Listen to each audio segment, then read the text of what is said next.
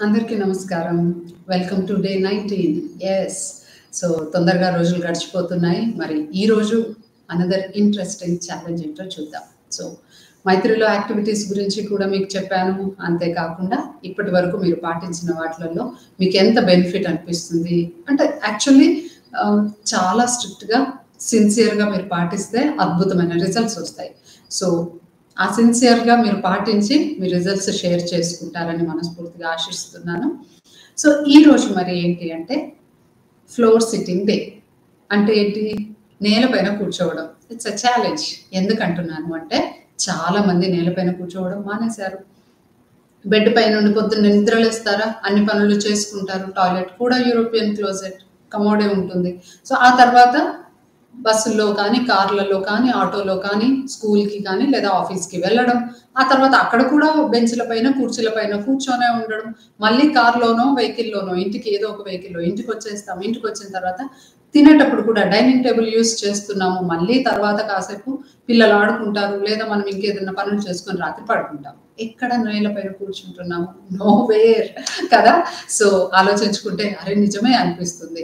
So, until unless ఇప్పుడు యోగా చేసేవాళ్ళు మా మైత్రి ఫ్యామిలీ మెంబర్స్ అయితే ఖచ్చితంగా 1.5 అవర్ ఖచ్చితంగా ఎవ్రీడే నేలపైన కూర్చుంటారు. అండ్ కొంతమంది సాయంత్రం కూడా చేస్తారు. కాబట్టి డెఫినెట్‌గా కూర్చుంటారు. సో, ఈ ఛాలెంజ్‌ని నేను ఎందుకు ఇంక్లూడ్ చేశాను అనంటే ఐ స్టిల్ రిమెంబర్ నేను తెలంగాణ గవర్నమెంట్ ఆయుష్ డిపార్ట్మెంట్‌లో ఆయుష్ మెడికల్ ఆఫీసర్‌గా నేను చేస్తున్నప్పుడు ఫస్ట్ యోగా డే అంటే 2015లో first time international Yoga day నేను కండక్ట్ చేస్తున్నప్పుడు I have invited everybody. So, అందరిని ఇన్వైట్ చేశాను కాబట్టి మా డిఎంఎండ్హెచ్ఓని డిస్ట్రిక్ట్ హెల్త్ అండ్ మెడికల్ ఆఫీసర్‌ని కూడా నేను ఇన్వైట్ చేశాను. సో, అందరము అన్ని అరేంజ్‌మెంట్ చేసుకొని కూర్చుంటే సార్‌ని కూడా పిలిస్తే నేలపైన కూర్చోలేను, నేను కుర్చీలోనే కూర్చుంటాను అన్నారు. ఓకే. సెషన్ అంతా అయిపోయిన తర్వాత so, then we were simply having a conversation. So, అప్పుడు చెప్పారనమాట. నేను అసలు ఐ డోంట్ ఈవెన్ రిమెంబర్ నేను చిన్నప్పుడు ఎప్పుడో నాకు గుర్తు కూడా లేదు. అసలు నేను అప్పుడు ఎప్పుడు కూడా నేలపైన నేను కూర్చోలేదు. సో, ఐ కాంట్ సిట్ అన్నారు. I was like oh my god! అంటే తనెప్పుడు కూర్చోలేదు, కూర్చోరాదు. అంటే it's something that we are losing. Yes. ఇది మనం గుర్తుపెట్టుకోవాలి. ఎప్పుడు కానీ మీరొక్కసారి నేలపైన కూర్చొని చూడండి. ఆ ఆనందమే వేరు. సో, ఆ మదర్ ఎర్త్‌కి అంటే ఆ భూమాతకి దగ్గరగా ప్రకృతిలో నుండి వచ్చిన వాళ్ళం మనం. ప్రకృతికి దగ్గరగా ఎప్పుడైతే వెళ్తామో automatically we get connected to this nature.